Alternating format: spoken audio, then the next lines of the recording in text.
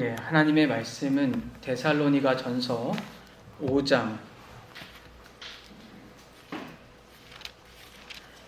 1절에서 10절까지의 말씀입니다.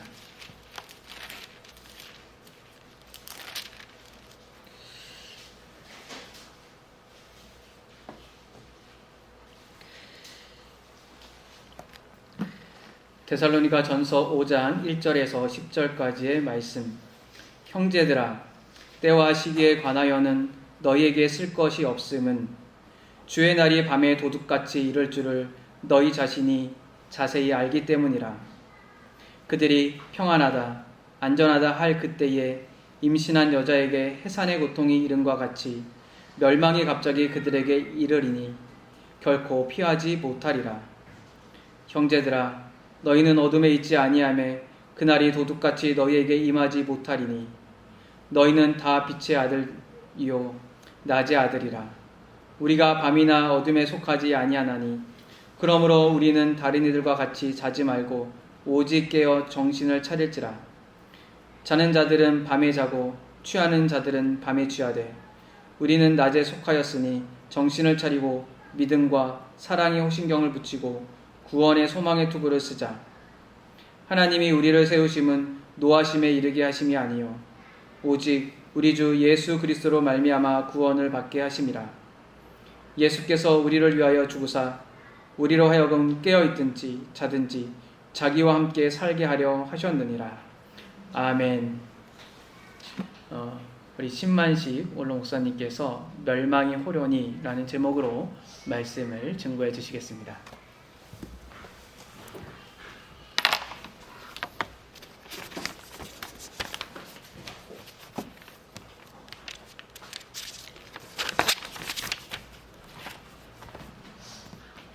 제목이 멸망이 호련히라고 하는데,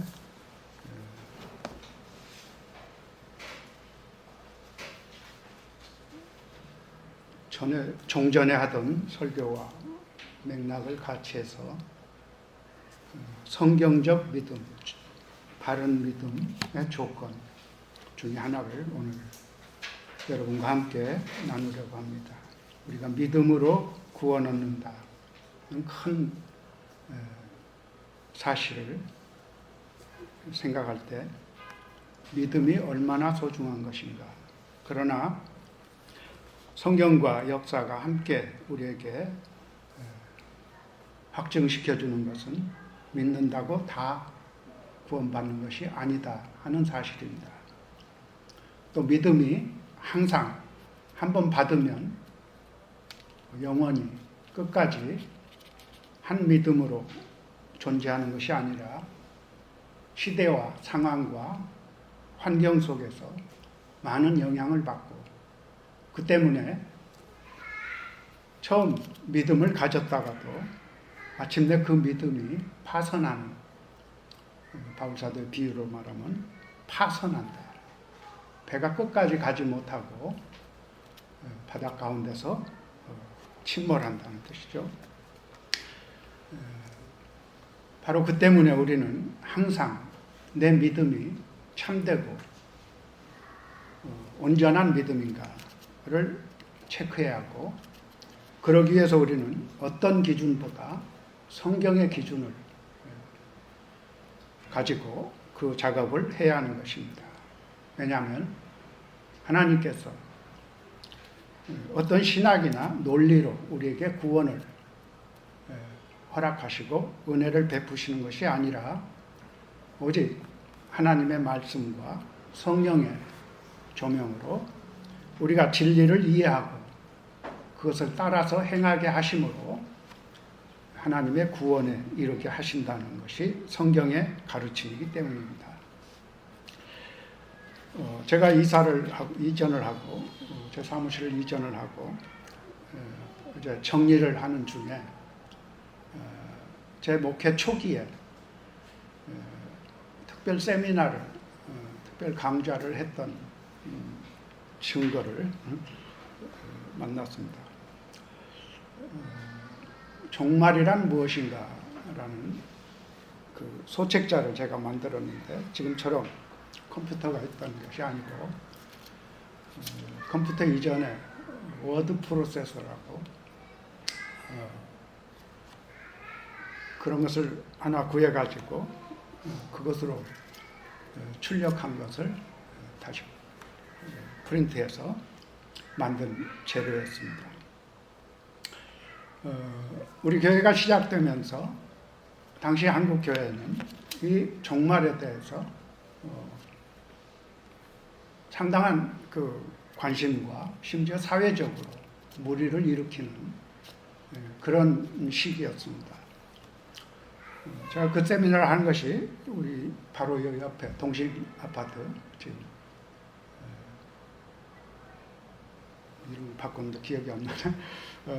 저 지하에 있을 때 거기서 했던 것으로 기억을 합니다. 당시에 종말에 대해서 여러 가지 제가 쓴 글들과 또 주보에 올렸던 글들 이런 것을 모아서 책자로 만들었던 것인데 그 후에 1992년 10월 28일에 시한부 종말론 다미성교회를 중심으로 시한부 종말론이 우리 사회를 상당히 혼란스럽게 했던 그 전이었습니다. 그러니까 펄시콜레라고 하는 미국 사람이 자기가 천국을 갔다 왔다 견문록을 써서 책으로 냈는데 그것이 베스트셀러였습니다. 한국 교회가 그런 때 아닌 종말론 때문에 많이 흔들리고 혼란스러웠기 때문에 제가 그런 특강을 했던 기억으로 납니다. 제가 여러 번 여러분에게 소개했듯이 성경에서 말하는 종말은 어떤 그 날이 아니고 피리어드, 즉 어떤 시기, 기한을 말하는 것이다. 그래서 사도들은 우리는 종말에 처했다든지 말세를 만났다든지 때가 단축해졌다든지 하는 표현으로 우리가 살고 있는 그 신약 시대, 교회가 바로 탄생한 지 얼마 안 되지만 이 시대는 이전 시대와 완전히 다른 피리어드, 이 시기고 이것이 바로 종말이다. 어떤 정해진 디데이를 향해서 가는 것이 아니라 하나님의 주권과 그 임의성으로 끝날이 있다는 것이 확실하고 하나님께서 그렇게 계시하셨으므로 그날이 있을 것을 믿고 바라고 이 시기를 우리는 산다. 오늘 본문 서두에 때와 시기에 관하여 이렇게 표현하는데 이게 얼른 들으면 이게 뭔 말인가 하죠. 그러나 데살로니가 교회 성도들은 이 말이 무슨 말인지를 잘 알고 있었기 때문에 바울 사도가 이렇게 말합니다. 때와 시기, 영어 번역에 보면 데이트, 날짜와 피리어드, 기간, 이 시기는 너에게 내가 더 이상 쓸 것이 없다. 즉 종말이라는 것에 대해서 자세하게 설명해서 풀어서 그래서 어떻게 해야 하는가 이런 것을 쓸 필요가 없다. 그렇게 말하죠. 그런 것에 관해서 너희에게 쓸 것이 없다. 저는 이 초대교회가 물론 성령의 강력한 그 역사로 시작되었고 진행되었고 확장되었지만 정말 초대교회는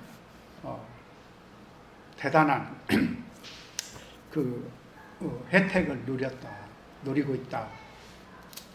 오늘날 목회자인 제가 너희에게 쓸 거 없어. 다 알고 있잖아. 뭘 두말하면 잔소리지. 이렇게 하지 못하고 계속 기회 있을 때마다 이걸 상기시키고 우린 종말에 살고 있다. 바울 사도는 지금 더 쓸 필요가 없다는 거예요. 여기 1장 마지막 절에 보면 이런 말을 하죠. 또 죽은 자들 가운데서 다시 살리신 그의 아들 아들이 하늘로부터 강림하실 것을 너희가 어떻게 기다리는지를 말하니 이는 장래의 노하심에서 우리를 건지시는 예수시니라. 바울이 복음을 전했을 때 이것이 함께 그 복음 속에 있었다는 것입니다. 왜 우리가 예수를 믿어야 하는가? 하나님께서 십자가에 죽으신 그분을 다시 살려서 부활의 주가 되게 하시고 그 부활로 이제 하나님은 복음을 그 예수의 하신 일을 가지고 복음으로 지금 세상을 구원하시는 중이다. 너희도 지금 그 기회, 그 은혜를 얻은 것이다. 바울 사도가 이렇게 전했을 때 그들은 믿었다는 것입니다. 사실 사도들도 멀지 않아서 그날이 온다고 믿었던 것 같아요. 성경을 자세히 보면은 그런 흔적들이 많이 나타납니다. 이건 아직 AD 50년 이전에 지금 바울 사도가 전도를 했는데 여기서 유대인들이 그 디아스포라들이 바울을 핍박하니까 여기서 도망치죠. 그래가지고 그 조금 아래쪽에 베레아라는 곳으로 갑니다. 사도행전 17장 11절에 보면은 베레아 사람들은 데살로니가 사람보다도 더 신사적이었다. 이런 표현이 나와요. 아주 그 영문 번역을 그대로 해서 아마 노블이라는 말을 그렇게 번역한 것 같은데 저는 젊었을 때 한참 웃었습니다. 그때 무슨 신사가 있고 그래서 신사적이었다. 이런 번역을 했을까. 베레아 사람들은 이 데살로니가 사람들보다도 더 간절히 그 아래 보면은 더 신사적이어서 간절히 하나님의 말씀을 받고 이것이 사실인가, 과연 믿을 만한가를 위해서 날마다 성경을 상고했다. 이런 표현이 있어요. 근데 사실 그때 신약 성경은 없었습니다. 신약 성경은 하나도 없고 구약 성경이에요. 바울이 데살로니가에서 이 전도할 때도 회당에 들어가서 전도를 했어요. 그러니까 그들은 구약 성경 가지고도 예수가 다시 오신다. 이 사실을 믿었기 때문에 바울 사도에게 이 편지를 받으면서 더 이상 알 필요 없다. 더 알려줄 건 없고 너희는 그 믿음대로. 그래서 오늘 읽지 않았습니다만 11절에 보면 뭐라 하겠습니까? 그러므로 피차 권면하고 피차 덕을 세우기를 너희가 지금 하고 있는 것처럼 하라. 이렇게 하죠. 지금 잘하고 있어. 너희들은 정말 이 종말을 믿고 그걸 바라고 거기에 합당하게 생활하고 있어. 그러니 서로 권면하고 덕을 세우라. 덕을 세우라 그랬어요. 근데 사실 데살로니가 후서를 보면은 여기에 또 사탄도 역사를 하죠. 그래가지고 종말이 곧 온대. 그러니까 뭘 할 거 뭐 있어? 직장 다 때려치우고 일할 필요 없어. 있는 거 털어먹자. 그래서 바울 사도가 우리가 잘 아는 유명한 말을 하죠. 일하기 싫으면 먹지도 말아라. 내가 언제 그렇게 가르쳤느냐. 3장 11절에 보면 데살로니가서 3장 11절에 보면 내가 너희와 함께 있을 때에도 이렇게 해서 일을 하야 하고 종말을 믿는 사람들은 더욱 이렇게 해야 한다 하고 가르치지 않았느냐. 이런 말을 하죠. 근데 벌써 거기서 정말로 삐딱한 사람들이 나타난 겁니다. 정말? 그럼 뭐 더 일할 필요 없잖아. 쓸데없이 고생하고 그럴 필요 없잖아. 그래가지고 집집마다 돌아다니면서 그랬죠? 일은 안 하고 일만 만드는 자들이 있다. 이 소문을 내가 들었다. 그러면서 이 후서를 쓴 거죠. 우리 한국교회는 복음을 처음 받았을 때 정말 불행하게도 세상적으로 보면 불행하게도 일본의 통치가 시작된 때입니다. 한일 합방이 이루어진 그때 우리 장로교단이 처음으로 동노예로, 그래서 1907년이 우리 교단 창립일입니다. 근데 일본이 이 기독교를 박해했죠. 그런데 교회가 그 박해 속에서도 신사참배를 거부하면서 살아남았던 이유가 바로 이 종말론 때문이었습니다. 머지않아 예수가 오시고, 예수가 오시면 그런 거 다 평정하시고 하나님 나라를 세우신다. 하나님 나라가 이루어진다. 그래서 그 최건능 목사님 같은 분은 감옥에 들어가서도, 또 손양원 목사님 같은 분들이 일본은 망한다. 왜? 하나님 나라가 있으니까 망한다. 종말론이 그때 많은 교회와 신자들에게 동력이 됐어요. 말하자면 믿음을 유지하고 지탱할 수 있는 그런 힘이 되었던 것입니다. 바울이 처음 복음을 전했을 때는 그렇게 믿었는데 소문이 들어왔는데 이제는 그렇지 않다는 것이죠.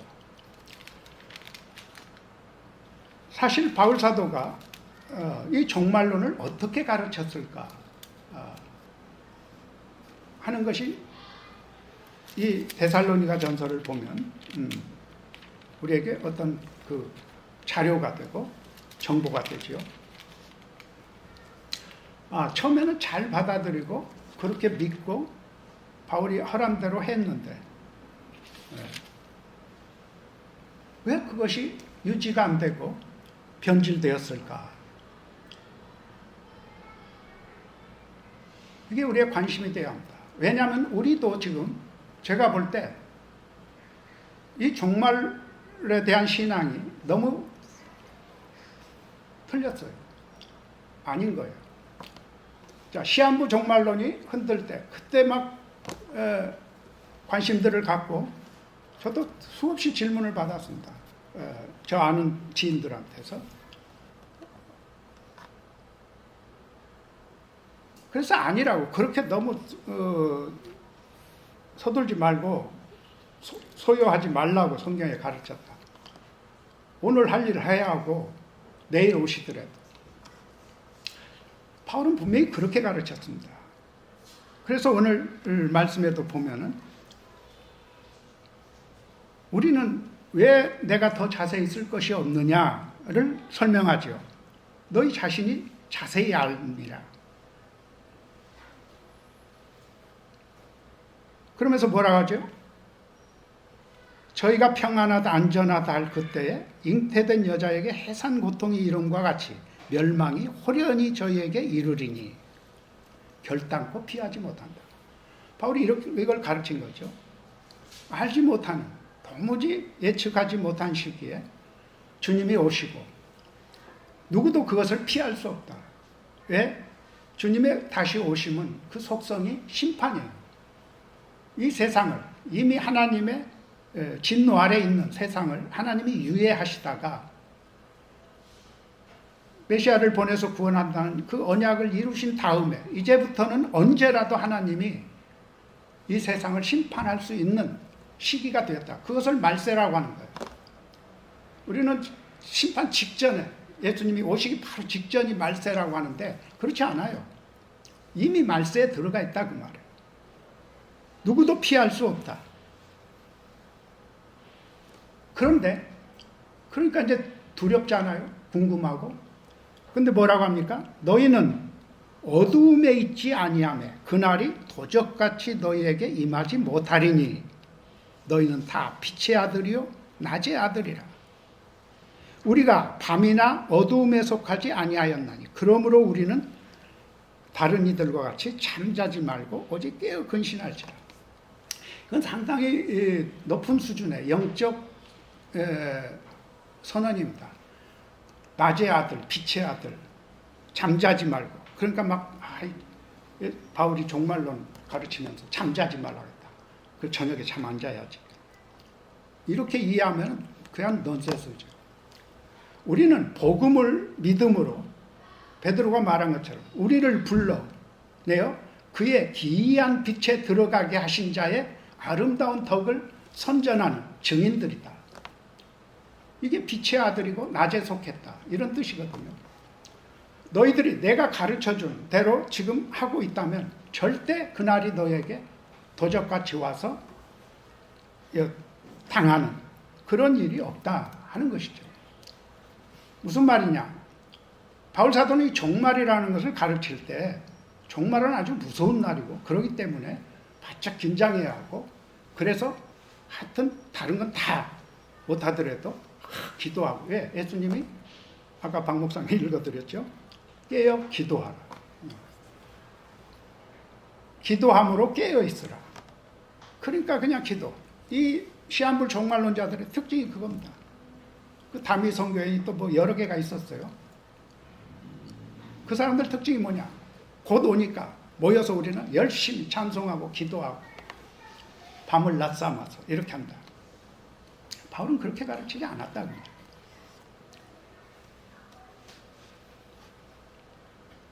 8절에 뭐라 하겠습니까? 우리는 낮에 속했기 때문에 그 정체가 복음을 받고 예수를 믿는다. 예수가 다시 오실 것을 믿는다면 그것이 바로 우리는 이제 더 이상 어두움에 있는 것이 아니다. 뭐가 뭔지를 모르는 그 어두움 속에 있는 게 아니라 하나님이 예수를 보내셨고 구원을 이루셨고 그것을 이루기 위해서 그분이 다시 오신다는 것. 이 하나님의 시나리오를 아는 자들, 믿는 자들은 낮에 속한 자들이라. 그럼 그들에게는 뭘 요구합니까? 근신하여 믿음과 사랑의 흉배를 붙이고 구원의 소망에 투구를 쓰자. 이거 다 영적인 거예요, 이거 지금. 그냥 쉽게 이해가 안 되는 것이죠. 근데 데살로니가 교인들은 지금 이렇게 말해도 이해가 간다 그 말이죠. 그들은 예수의 구원을, 예수로 말미암는 구원을 믿고 있었고 그 때문에 이제 그들은 이 세상에 있어도 어두움에 속한 자들이 아니라 빛이신 하나님에게 속한 자들이라.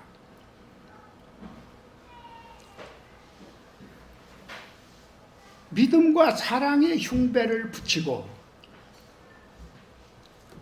너희가 갖고 있어야 할 것은 믿음과 사랑의 흉배를 무장하는 것이죠. 그때 당시에 병사들이 무장하는 방법입니다. 가슴에다가 방탄이 아니라 창을 찔러도 크게 다치지 않도록 흉배라는 것을 붙이고 투구를 쓰고 이 전쟁에 나가는 병사의 모습이에요. 그렇다고 데살로니가 교인들이 투구 빨리 사야겠네, 또 투구 동나겠네 이거. 그럽니까? 아니죠. 이것은 영적으로 그렇다는 것입니다. 믿음과 사랑의 흉배. 내가 너에게 가르친 믿음과 사랑을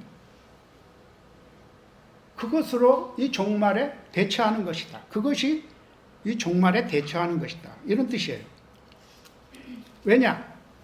하나님이 우리에게 복음을 주시고 그것을 믿음으로 낮에 속한 자의 삶을 살게 하는 예수 믿는 믿음으로 사는 삶을 살게 하신 목적은 우리를 그 진노 속에다 집어넣기 위해서가 아니라 구원을 얻게 하시는 것이라.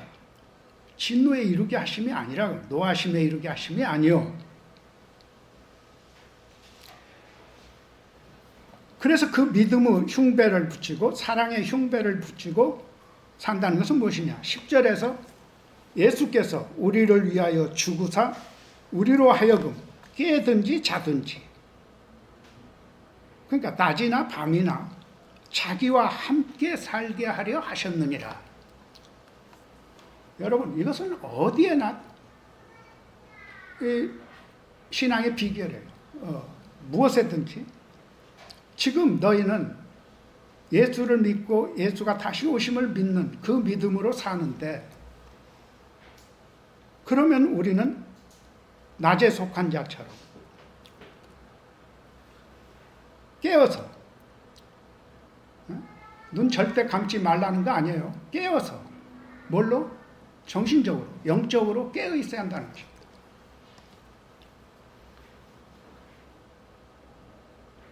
그래서 주와 함께 살게 한다. 우리가 믿고 경험해야 하는 신앙의 내용이 이겁니다. 예수 안에 있고 예수와 오늘도 함께한다. 근데 그게 말처럼 쉬운 게 아니죠. 고백은 우리도 수없이 했습니다. 예수가 나와 함께 하시고 내가 예수 안에 있고 예수가 내 안에 있고. 포도나무 비유를 통해서 예수님이 뭐라고 했어요? 내가 나무고 너희는 가지니까. 봐라. 가지가 떨어져 있는 가지가 있냐? 그건 죽은 가지가 붙어 있고, 그래서 밤이나 낮이나 서로 주고받는 것이 있어서 열매를 맺고, 그 열매를 맺는 것이 하나님께 영광이 된다. 그 비유가 무슨 뜻이에요? 예수를 믿는다는 것은 예수로 말미암아 예수와 함께 예수의 뜻대로 사는 삶이 예수를 믿는 것이라 그 말이에요. 그런데 이것이 쉽지 않으니까 자꾸 신앙이 빗나가기 시작하는 것입니다. 분명히 주님이 종말을 극복하는 비결 중에 하나를 기도로 제시하셨어요. 기도해라. 기도에 깨어있으라. 그러니까 막 기도를 시간 정해놓고 막 하루에 몇 시간씩 난 기도해야 돼. 그건 성경을 지금 이해를 못하는 것입니다. 예수님이 그런 식으로 종말을 대비하라는 게 아니에요. 사람들은 하나님이 주신 그 영적인 것을 자꾸만 물리적이고 물질적이고 가시적이고 현상적인 것으로 바꾸는데 아주 도사들입니다. 예수님이 사마리아 여자에게 예배에 대해서 가르친 것이 무엇입니까? 진정으로 예배할 때가 온다. 진짜 예배할 때가 온다. 왜? 그전에는 이 사마리아 사람들하고 이 유대 사람들하고 굉장한 알력이 있었어요. 왜? 사마리아 저건 정통이 아니야. 가짜야. 그래서 그리심산에서 여로보암이 자꾸 예루살렘으로 가니까 갈 필요 없어. 여기다 성전 하나 지어줄 테니까. 그래 거기서 예배한다. 유대인들은, 이 정통 유대인들은 예루살렘에서 예배해야 한다. 그래서 질문하지 않습니까? 우리는 이 산에서 예배하는데 당신네들은 예배할 것이 예루살렘에 있다고만 하니까 어느 것이 맞습니까? 그랬더니 예수님 뭐라 했어요? 그딴 거 아무 필요 없다. 그 장소가 중요한 게 아니다. 이제는 진짜로 예배할 때가 왔다. 아버지께서 신령과 진정으로 예배하는 자들을 찾으신다. 이렇게 말씀했어요. 예배는 종교에서 가장 중요한, 가장 높은 차원의 덕목이죠. 어느 종교든 그런 것을 갖고 있습니다. 그런데 예수님은 그런 것이 아니라요. 사도들이 예배를 어떻게 이해했습니까? 바울 사도는 예배를 너희 몸을 가지고 사는 삶으로 하나님께 드리는 것이다. 이렇게 가르쳤어요. 어떻게 이쪽으로 갔습니까? 예수님의 말씀의 의미가 그것인 것을 바울은 깨달았기 때문에. 예배당을 근사하게 지어놓고 거기서 온갖 프로그램을 동원해가지고 누가 봐도 그냥 화려하고 굉장하게 예배하는, 그게 아니라는 거예요. 너희가 하루하루 삶을 통해서 하나님이 받으시는 예배를 드려. 이것이 영적 예배라는 거예요. 신령과 진정으로 예배할지니라. 우리가 몸만 여기 와서 예배하는 건 아니죠. 신령과 진정으로 해야 한다. 영적으로. 근데 우리는 형식적인 것을 너무 강조를 하는 것입니다. 예수님이 정말 느끼면 기도하라고 그랬어요. 최소한 하루에 1시간은 기도해야지. 바울은 그러지 말라고 그럽니다. 일하라고 그럽니다.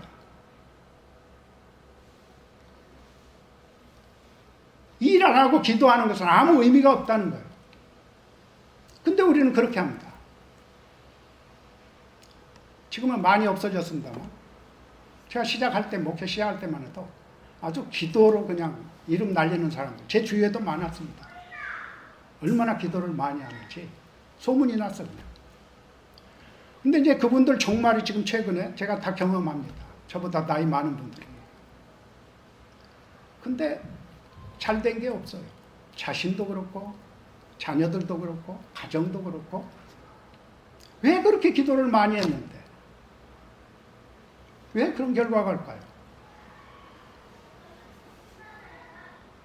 우리는 너무 형식적인 것을 강조를 하고 있습니다.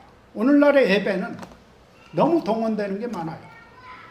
그거는 어떤 영향을 가져온 줄 아십니까? 그런 데 가서 예배 한번 하고 오면은, 이제 예배 제대로 한번 했다. 이제 안 해도 돼. 마치 그 예배가 나를 자유롭게 그냥 내 하고 싶은 대로 하는 배경이 되는 거예요.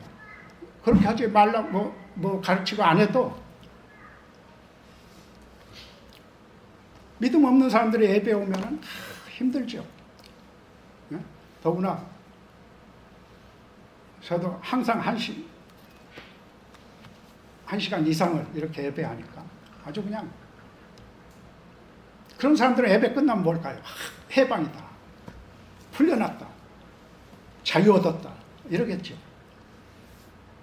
근데 크리스찬 중에 이미 그렇게 된 사람들이 너무 많습니다. 예배 와서 이제 그냥 예배는 경건하게 해야 하니까 했는데 그 예배하고는 이제 예배 끝났다는 거예요. 성경이 그렇게 가르칩니까? 그 예배라는 것은 형식을 갖추고 규모를 갖추고 함께 모여서 하는 이 예배는 일종의 복입니다. 요즘 시험지를 제가 안 봤어요. 애들 초등학생 시험지를 보지 못했는데 옛날엔 말이에요. 시험지 네모 딱 했고 보기 해놓고 그 옆에다가 샘플을 하나, 익젬플을 하나 하죠. 보기와 같이 아래 문제들을 답하시오. 뭐 이렇게 해서 보기를 하나 보여주잖아요. 우리가 주일날 이 드리는 예배는 이 복이에요. 어떻게 예배해야 하는가? 왜 예배해야 하는가? 정말 하나님과 교류하는 예배를 할 수 있는가? 그런 것에 대한 하나의 복이란 말이에요. 샘플이에요. 근데 그거 하나 하는거는 예배 다 끝났다. 이제 나머지 시간은 내 시간.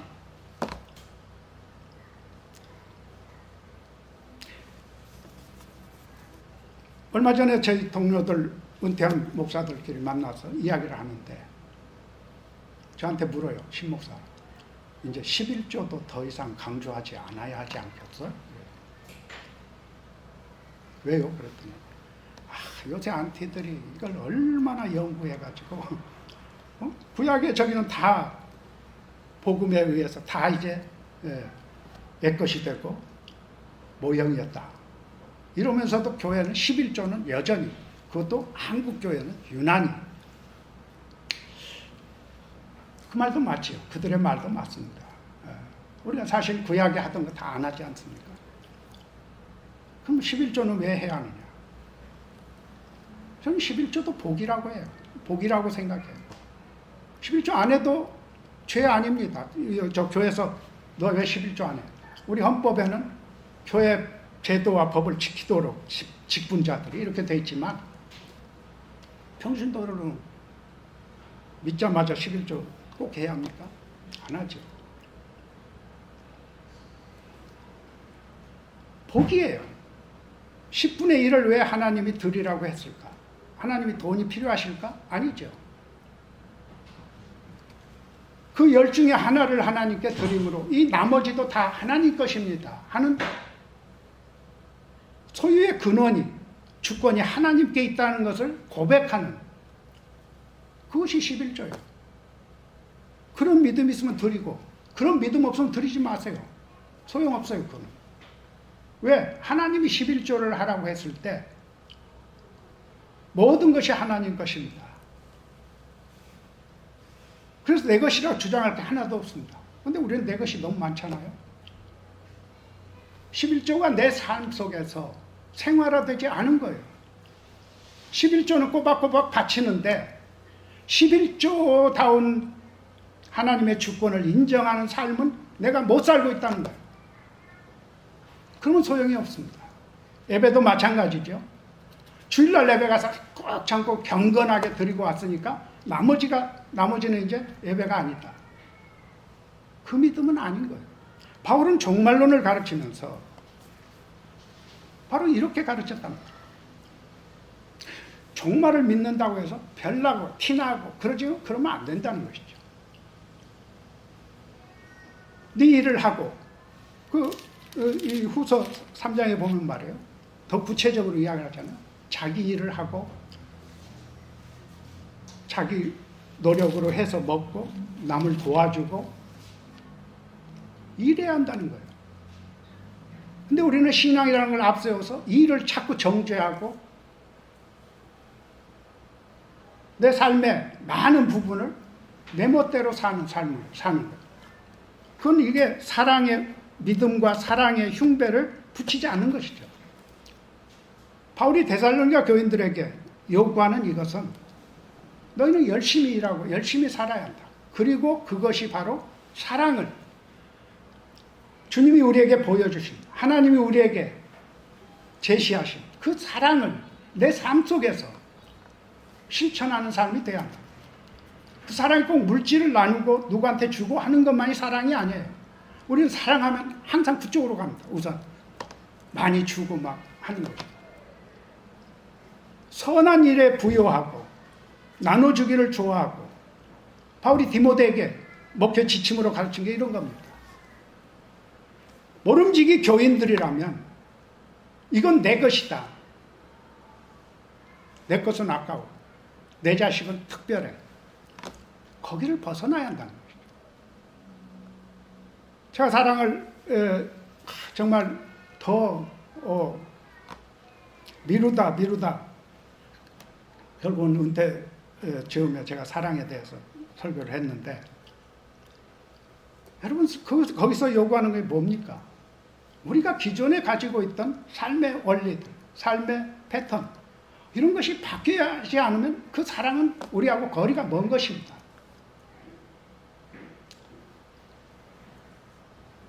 다른 말로 말하면 우리는 사랑하는 사람이 되기 위해서 지금 예수를 믿는 거예요. 왜? 하나님이 최후에 판단하고 영원히 있는 것은 바로 그 사랑이기 때문인 것입니다.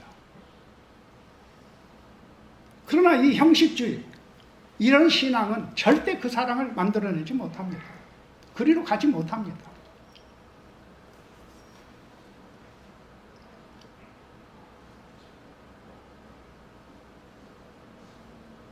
제 동료들이 전 그냥 흡족하게 충분하다고 생각하지 않는데 저희 가정을 자꾸 이야기를 합니다.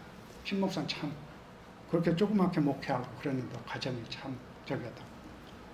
근데 저는 솔직히 우리 아이들이니까 이 아이 놓고 하나님 우리 아이 대학 좀 보내주시고 어쩌고 제가 뒷바라지를 잘 못하니까 좀 도와주시고 저는 그런 기도 한 번도 해본 적이 없습니다.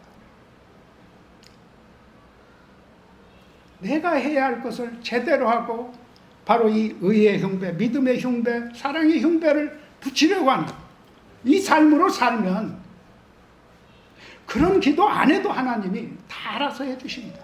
그렇게 못하실 분입니까? 예수님이 그렇게 말씀했어요. 너희가 구하기 전에 다 알고 계신다. 너희에게 필요한 것을 다 알고 계신다. 그런데 거기다 기도라는 시간을, 형식을 해서 마땅히 내가 해야 할 일을 기피하거나 배제하는 이런 신앙생활을 한국 교회는 가르치고 있어요. 기도 많이 해야 합니다. 꼭두 새벽에 깨워서 교회에서 기도 제도적으로 하는 나라는 없어요. 제가 알기로는 한국도. 이제 그 뒤로 모르겠습니다. 우리가 섬겨온 나라들은 선교사들이 가서 또 그걸 가르쳤는지 모르지만 이 새벽 기도라는 제도에 전혀 성경적이지 않습니다. 기도하라고 그랬는데, 기도에 항상 힘쓰라고 그랬는데, 항상 힘써야지. 근데 하나님이 과연 우리에게 그런 기도를 요구하십니까? 일을 다 제쳐놓고라도 기도가 우선이다. 그럽니까? 여기 예수와 함께 살게 하려 하셨다. 기도는 이렇게 내 신앙의 대상을 항상 생각하는 거예요. 교제하는 거예요. 그분의 뜻을 살피는 거예요. 그분이 요구하는 것이라면 내가 해야 하는 거예요. 근데 안 하면서 형식적인 거 몇 개 하면서 나는 신앙생활 잘하고 있습니다. 11조도 하고 주일 성수도 하고 뭣도 하고. 그러니 우리 신앙은 보여주기밖에 안 되는 것입니다. 교회에서, 특히 교회에서. 그러니 오늘 사회에서 한국 교회를 배관시하고 외면하는 이유가 그것입니다. 예배당을 저렇게 몇 천억을 들여서 예배당을 지었대.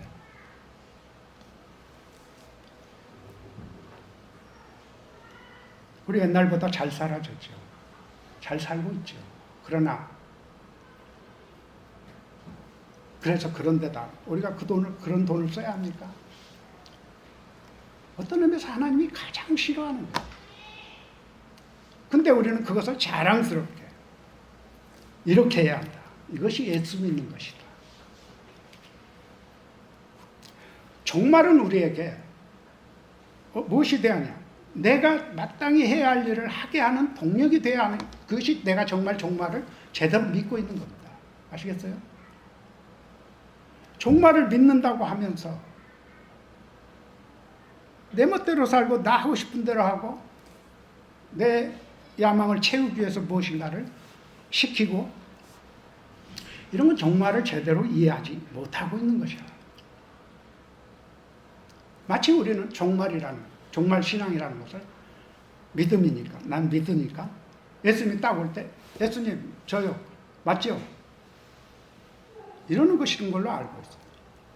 마치 오늘 날씨가 좀 이상한데 비가 올 것 같은데, 그래서 우산을 가지고 와. 그다 비가 오면 어떡하죠?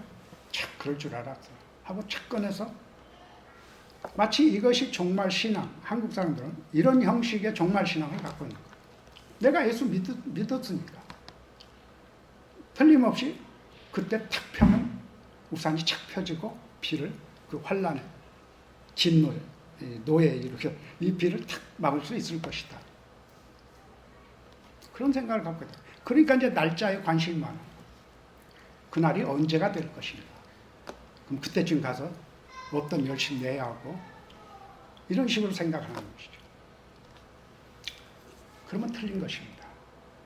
왜냐?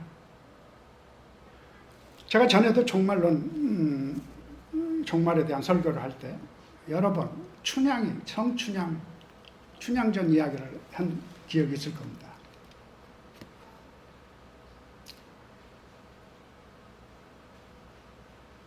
춘향에는 이몽룡이라는 연인이, 자기 연인이 한양에 가서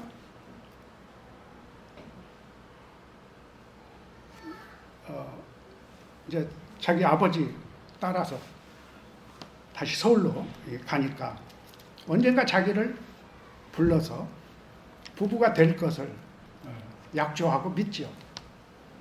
그게 춘향전 스토리 아닙니까? 근데 분명히 올 것이라고, 자기를 데리러 올 거라고 믿는데 엉뚱한 놈이 와서 너 내 수청을 들라. 변학도라는 아주 골치 아픈 사또가 와가지고 너는 내 수청을 들라. 그러니까 난 못하오. 못해? 그럼 대가를 치러야지. 조직의 쓴맛을 보여주겠다. 그래서 어떻게 해요? 감옥에다 가두죠.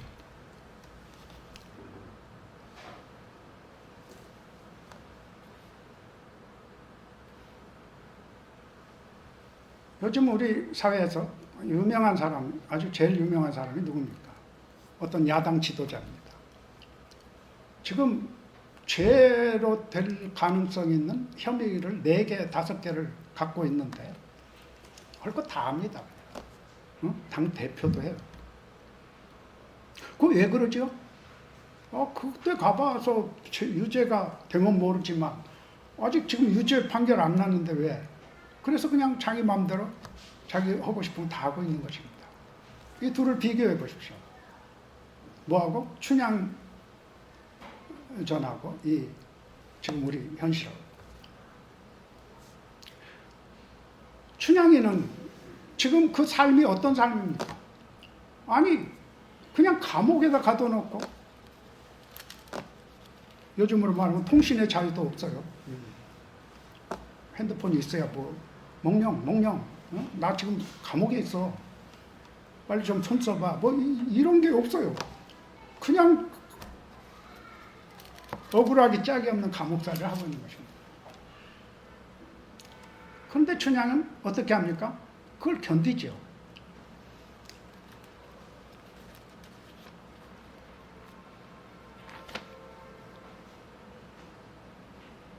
그러면 어떤 차이가 있습니까? 지금 제가 소개한 이 야당 지도자하고 이 춘향이하고 어떤 차이가 있습니까?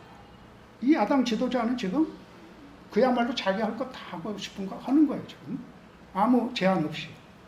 근데 춘향이는 지금 완전히 제한돼서 활동도 못하고 뭐 마음대로 뭘 할 수가 없지요. 그런 상태란 말이에요. 어떤 날이 두 사람의 운명을 결판 내지요. 그러니까 원데이 어느 날이 있어요, 둘 다. 근데 그 날이 아직 오지 않았기 때문에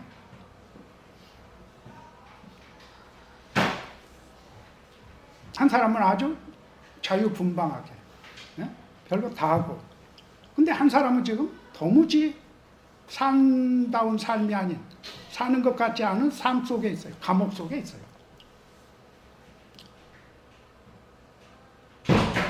어떤 날을 바라보고 있고 그날이 두 사람의 운명을 결정하는 그날인데 그날에 대한 태도가 그날에 대한 내 형편이 서로 다르다 그 말이에요.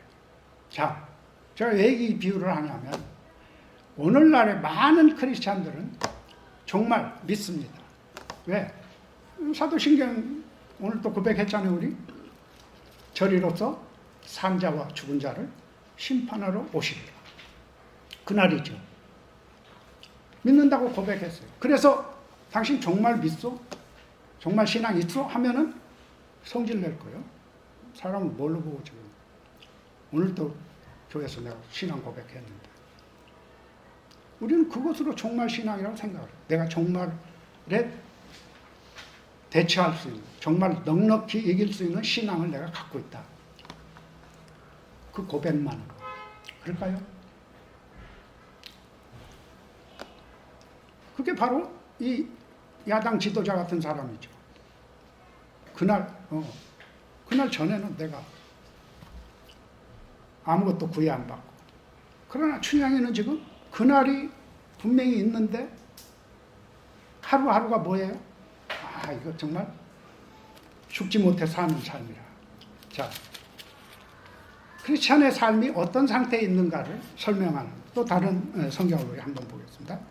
고린도 후서 5장입니다.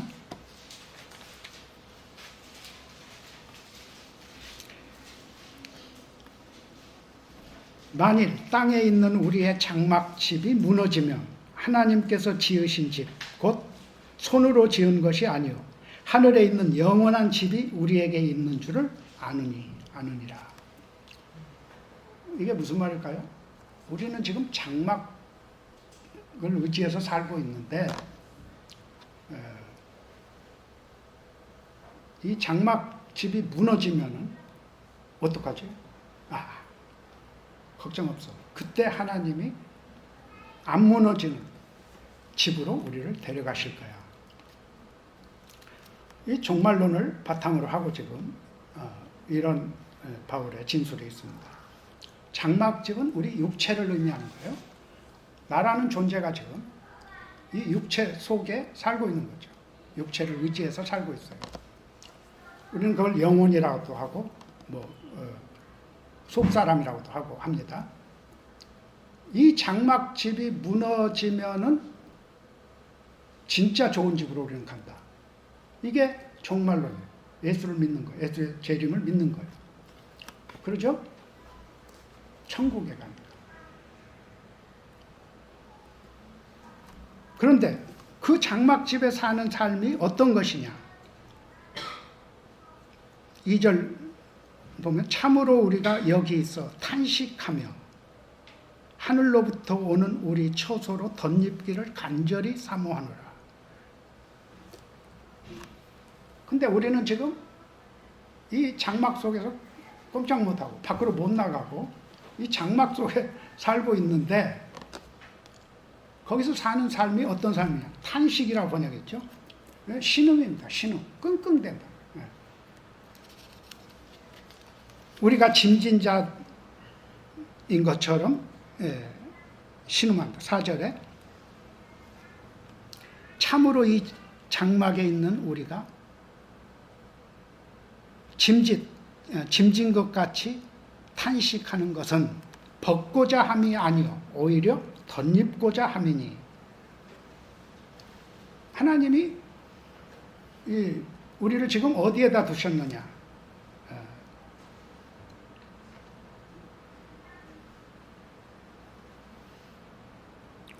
5절이죠. 5절 다 같이 읽습니다. 시작. 곧 이것을 우리에게 이루게 하시고 보증으로 성령을 우리에게 주시는 하나님이십니다. 자, 크리스찬들의 삶은 장막 속에 있는데 그 장막 속에서 니나노하고 막 흥겹게 이런 삶이 아니라 힘들어. 어이구 힘들어. 이렇게 끙끙댄 탄식한다. 이런 삶을 살고 있다. 근데 이것을 우리에게 있게 하신 분은 하나님이시다. 이렇게 말씀하고 있어요. 무슨 말인지 알겠죠? 너 예수 믿을래? 그래, 좋아. 그럼 믿어. 그러면 너 구원받는다. 그래서 믿었는데 보니까 이거 너무 힘든 장막 생활이 되는 거예요. 왜? 내 마음대로 못해. 예수님 뭐라고 했죠? 나 따라온다고? 그러면 네 십자가를 지고 따라와야 돼. 그게 예수 믿는 사람이에요. 그 십자가를 지고 따른다는 것이 쉽습니까? 절대 쉽지 않죠. 그래서 여기 끙끙대는, 신음하는, 탄식하는. 근데 차라리 여기서 벗어나서 빨리 주님과 함께 있고 싶다. 이런 소리도 나올 만큼. 근데 그것은 염세주의예요. 안 믿는 사람도 힘들면 뭐라 그래요? 아이고 차라리 빨리 죽어버리면 좋겠다. 그런 소리 하죠. 근데 우리는 염세주의자는 아니에요. 왜? 하나님이 성령을 보증으로 주셨다 그랬어요. 이게 확실한 거야. 이게 좋은 거야. 그래서 신령한 삶이 우리에게 가능한 것입니다. 그것이 우리 믿음을 유지하게 하는 것입니다. 그 확신이 내가 지금 힘들어도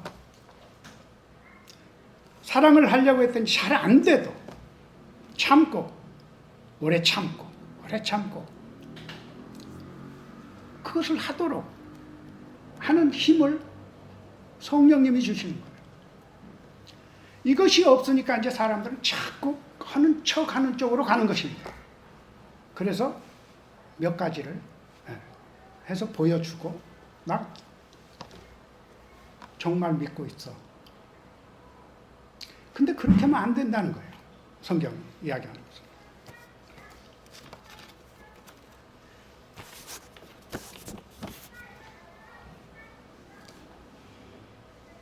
바울이 에베소 교회에 보낸 편지에서 너희는 그리스도 사랑 안에서 오직 사랑 안에서 참된 것을 하여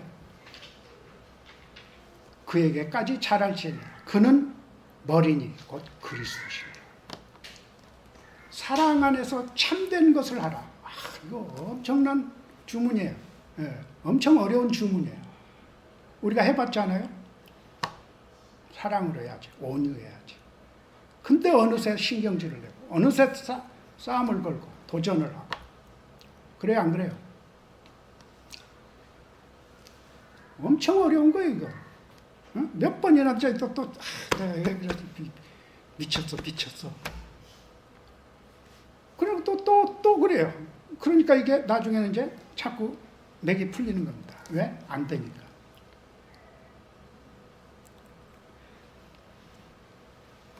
춘향이의 삶은, 나 이거 못하겠네. 그러면 그 다음 뭐예요? 그럼 변학도 첩이 되든 수청을 들든 하겠죠. 그러냐? 둘 중에 하나 아니에요? 여러분, 우리가 예수를 믿는다. 고백하고 좋습니다. 고백이 있어야죠. 마음으로 믿어야 하니까. 고백이 없으면 되겠습니까? 그런데 예수 믿는 자들에게 하나님이 요구하시는 것인데, 불행하게도 한국교회 많은 목사들은 그것을 슬쩍 뒤로 감춥니다. 예수님이 다 우리를 위해서 십자가에서 다 고난 당하시고 했어. 그러니까 우리는 누리는 것이 좋은 거예요. 분명히 예수님은 나를 따라오려거든 자기를 부인하고 자기 십자가를 지고 나를 좇을 것이냐 했는데, 그런 말은 안 해요. 그리고 어떻게든지 복받고 잘 살고 떵떵거리고 그런 것을 찾고 제시하는 겁니다. 그러니까 한국교회가 이 모양이 됐어요.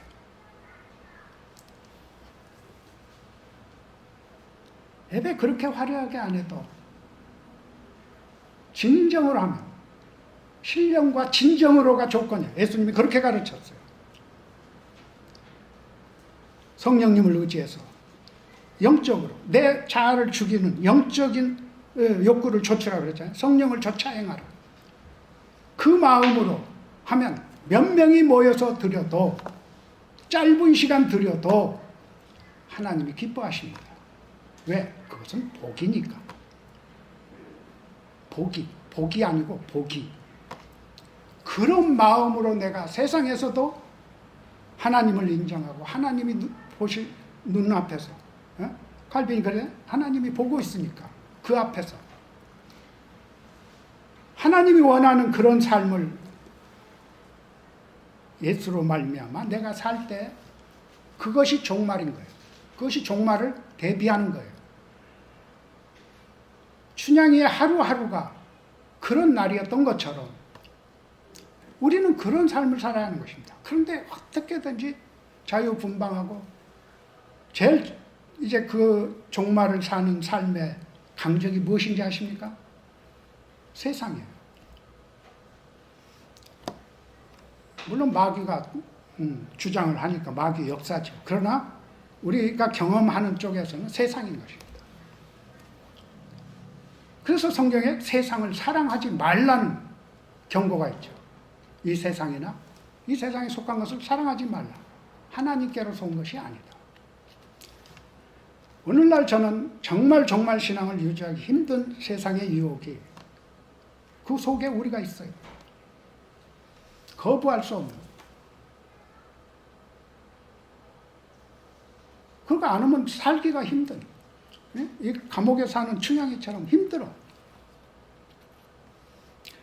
전 지금 어떻게든지 이 과학의 이익이라고 하는 이거 될 수 있으면 안 쓰려고 하는데, 그러다 보니까 저도 자꾸 어두워져요. 그래서 우리 집사님 물어보면 이거 바로바로 대답 못하니까 또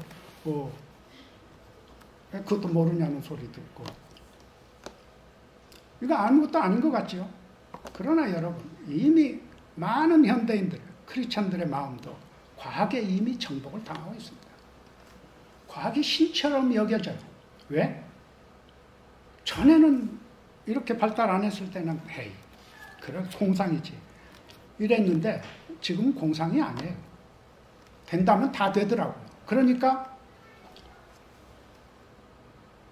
이제는 신이 배만 신이 아니라 과학이 신입니다.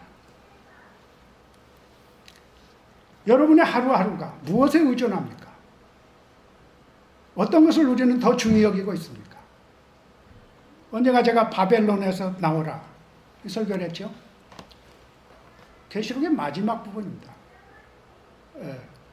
거기서 최후로 경고하는 게 내 백성아 거기서 나와라. 거기 있을 곳이 아니다.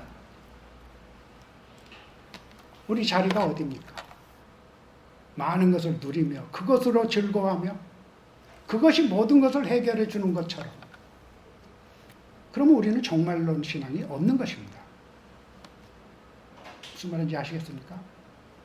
주님 다시 오시면 다 우리를 천국으로 가고 우리는 어린 양 혼인잔치를 참석하고 그런 지식이 있다고 종말 신앙입니까? 오늘을 내가 어떻게 살고 있느냐 그것이 종말을 믿느냐 안 믿느냐의 관건입니다. 기도합시다. 거룩하신 아버지 하나님 우리 주 예수 그리스도를 통하여 이루신 그 복음을 우리에게도 이루게 하시고 그 복음 덕에 우리가 하나님을 믿노라 하는 신앙인의 자리에 있습니다. 그러나 하나님 말씀 앞에서 우리 처한 현실과 주님이 오실 날이 가까웠다는 사실을 믿으려 할 때 우리에게 어떤 장애가 있는지 성경은 오늘 우리에게 밝히 보여줍니다. 종말에 대한 신앙은 고백이 아니라 우리의 삶이어야 하고 현실이어야 한다는 것을 다시 한번 깨닫게 하시니 우리로 이 말씀 앞에서 우리 믿음의 옷깃을 여미고 다시 한번 우리 자신을 새롭게 하는 은혜를 허락해 주시옵소서. 되어지는 모든 일들을 살펴 때와 시기가 어느 때인지를 알게 하시고 그에 걸맞는 믿음으로 주님 앞에서 하나님 앞에서